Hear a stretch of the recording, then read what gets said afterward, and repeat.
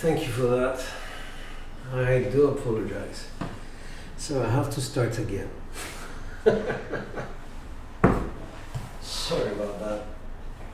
Well, I wasted 5-10 minutes.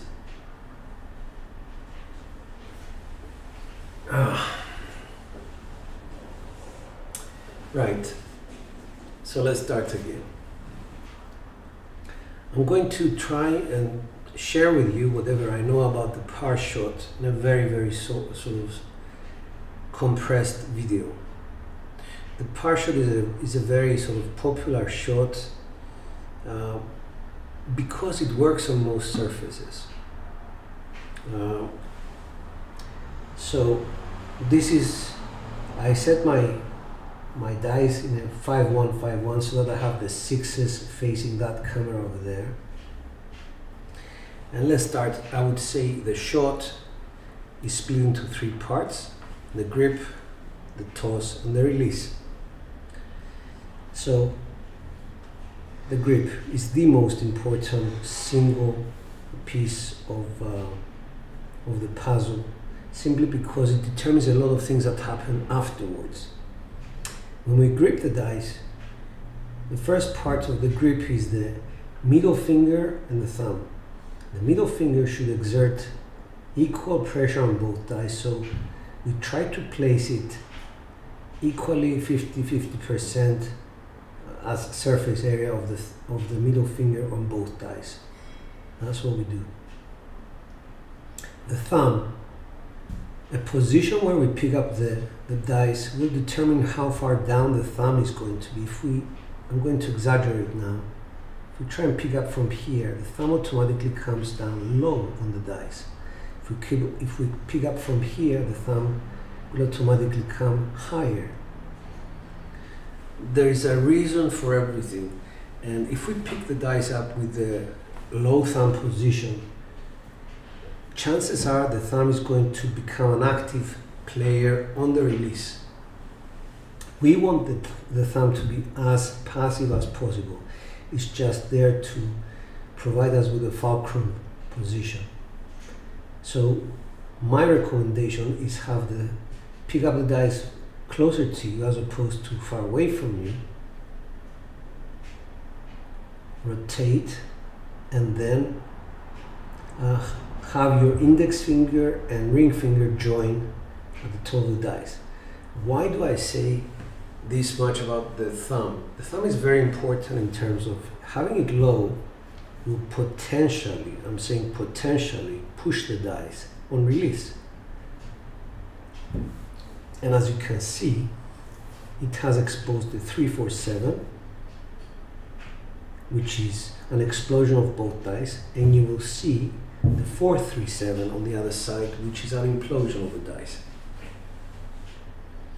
So it is responsible for a lot of the implosions or explosions, simply because you pushed the dice. My recommendation is to have it high up. So to have it high up, your pickup position of the dice has to be closer to your body as opposed to far away from the body. Up to now, only 2 fingers are on the dice. I usually like to rotate the dice, put my right foot back, rotate the dice, place my index finger and my ring finger on the dice, put them into starting position, and then readjust as well, because I do a final check. And if the dice are not touching and making the contact with the surface sort of very parallel to the table, I readjust them.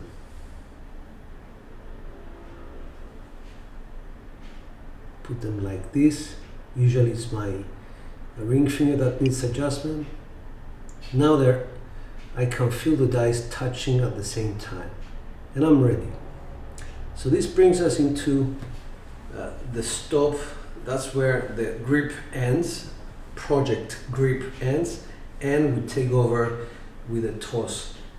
A lot of people like to start with a dead throw, the dead start. So it's here and they throw out there. advantages, disadvantages of that are as follows. The dead start has the advantage of not having your backswing come towards your body, because if your backswing comes towards your body, then it's natural for the dice to travel in this way, in, out, and into the side wall over here. They do an arch, I'm just exaggerating, and one of the dice is going to land in here.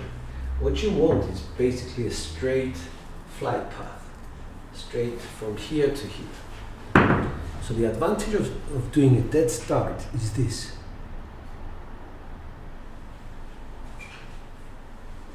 You don't have a backswing to account for. You just start from there and you go straight out. The disadvantage of this is the following.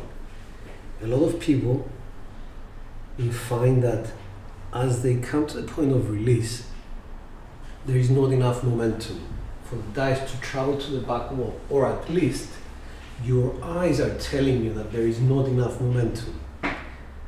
So what will they do? They will either increase the height of their toss, making the arch from here to something like this,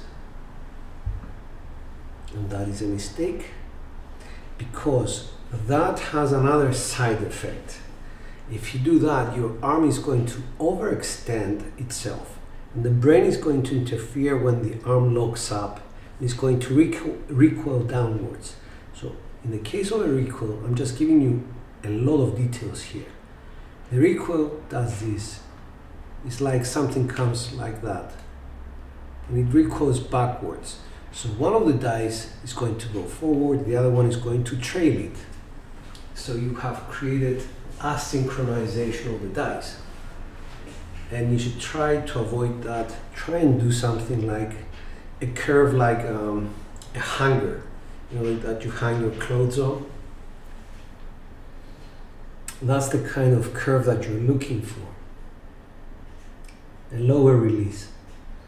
So this is as a result of not having a backswing. The backswing provides you with a natural momentum of the dice to be released naturally, for your thumb to come back and release the dice and let them go in their direction, whatever direction they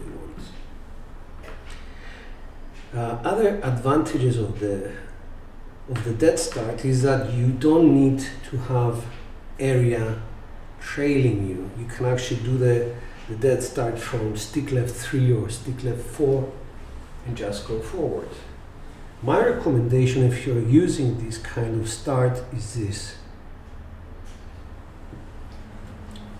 Try and come down to the table and try and find your natural position where there is no resistance either forward or backwards. Then move your arm backwards so that you are loading your arm up with more energy to go forward and release.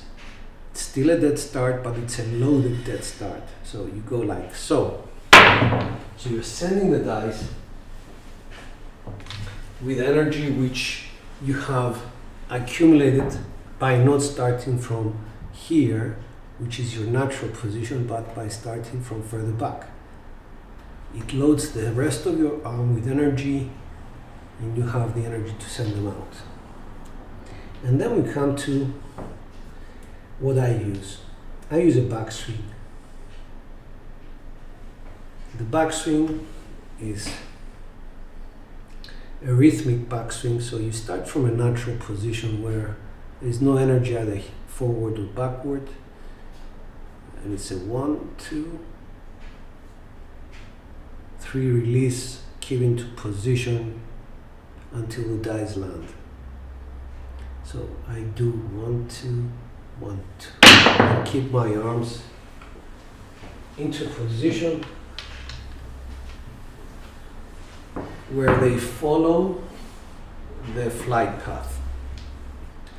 And that's called follow through, and it's part of your release. Again, Pick up the dice from exactly the same position. Middle finger and thumb are the first to make contact. Rotate your dice into position. Do a check that they are square to the table. If they're not, move your index finger or your ring finger around so that they feel comfortable. Place them back. This is not comfortable. This is. Come back. 1, 2, 1, 2, 1, 2. And release. And it brings us to the release. Release is one of the most difficult things for a lot of people to achieve, because a lot of people are used to doing this and pushing. The thumb plays an active role in the release. What we want to achieve is this. And release. Let the dice drop out of your hand with the motion that they already have. So we try to do this. I don't know if it showed through, but the thumb comes back as opposed to pushing forward. And that's the big difference between somebody who knows how to do the Parr shot properly and somebody who thinks they know how to do the Parr shot properly. Now, it's not as easy as it sounds. And to be honest with you, you will hear me in my videos saying push as the dice are leaving my hand. So whatever happens after that, if I push the dice, it's a lucky shot if I don't get a 7.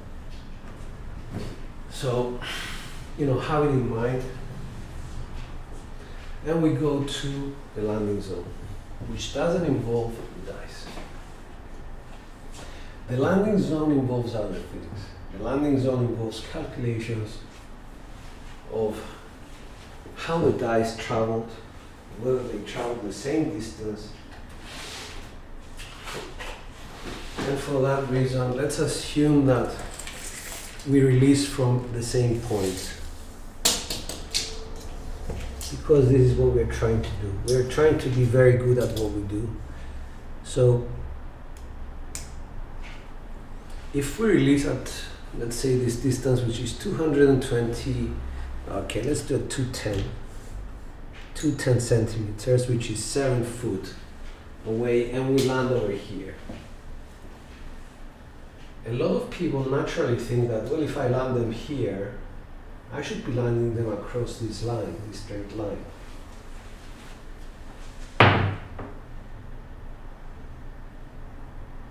In fact, this is not so. Because you will see as I turn this, the radius of the 7 foot becomes very different. So that means what? The right distance to land your dice is an arc as opposed to a straight line, because your position, your starting position is the same. If you want the same kind of results, you need to adjust accordingly your landing zone for different distances from the back wall. Different landing zones create different rotations after landing for each die.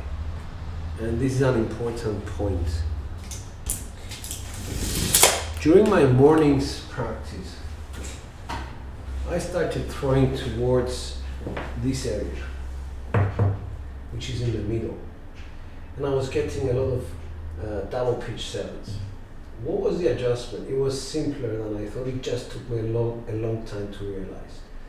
The adjustment was to start shooting towards this area. This area made both dice rotate more on axis, or rotate more in sync as opposed to double pitching. And that is something I realized later on. And as soon as I did, I started throwing much better. My confidence came back, etc., etc. So always have that in mind as well. Your release. Make sure your release is consistent as well. Don't overarch your dice, because if you overarch them, your brain is going to interfere in two ways. First of all, overarching is the result of your brain telling your hand there is not enough momentum to travel to send the dice to the back wall. That's the first thing. So your arm is going to do one of two things: push the dice, or take them to a higher arch before releasing, thinking that it's going to get them closer to the back wall, when in fact it's just creating more height. And creating more height is going to reach the point where your arm is fully extended and it's going to recoil, as I showed you back, because there's no more space for it to extend. And the recoil will cause the dice to fall out of sync. So these are the basics in a lot of detail. That's okay, Henry. I understand. I just wanted to do this very quickly, just to let people know that, there is a method to the madness that we use.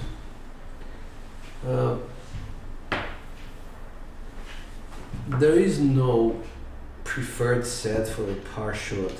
Trust me, there is no such thing. You will see from the sets that you use, and I do tell people to try simple sets to start with, like a 4-2-4-2, simply because they have the 6 on this side, 1 on that side. So if you get a 1 or a 6, you know that you're off axis.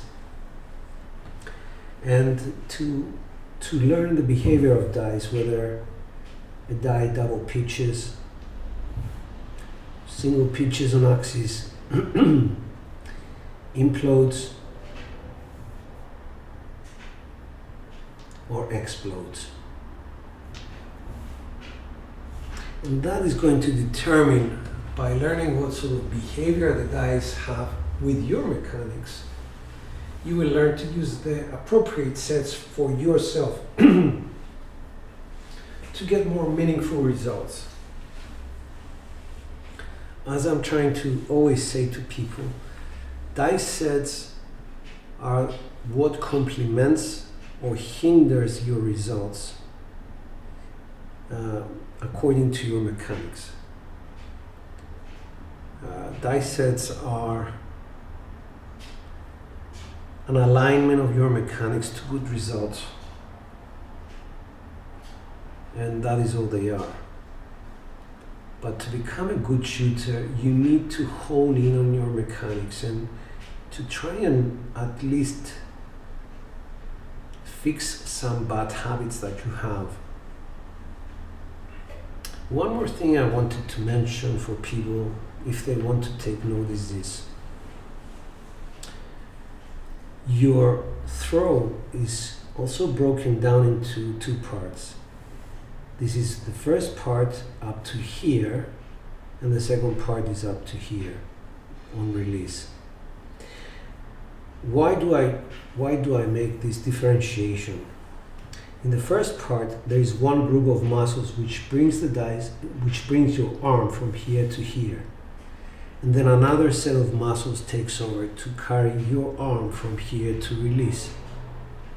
There is a transition point where one set of muscles is an antagonist and the other one is the agonist. Then they switch position and the other becomes the antagonist and then the agonist. And this one has to be very smooth, because if it's broken up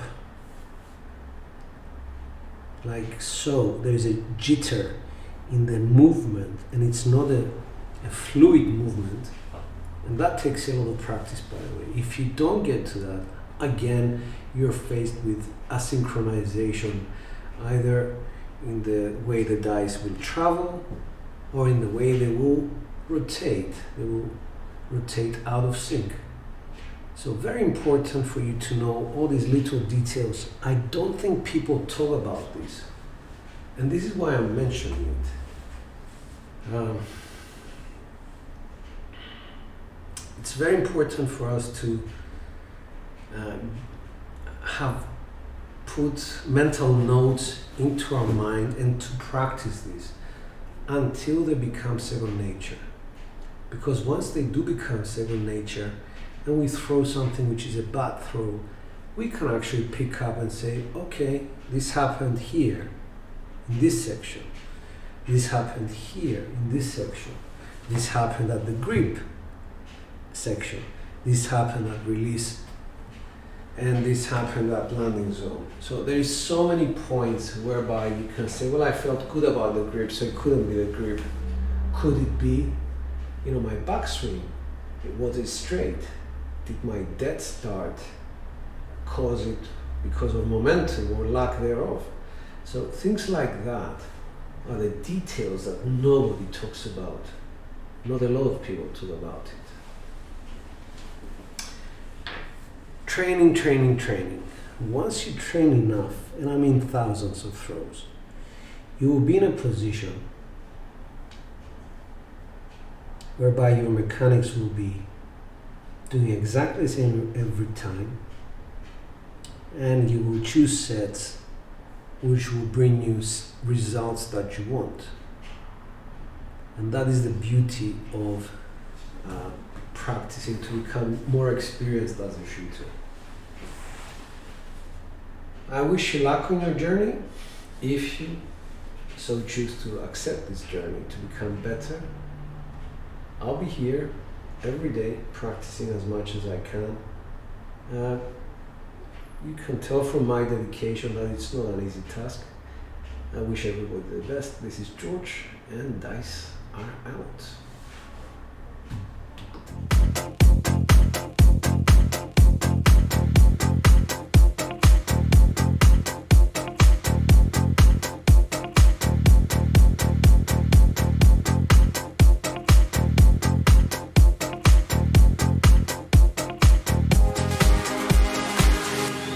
Dice out.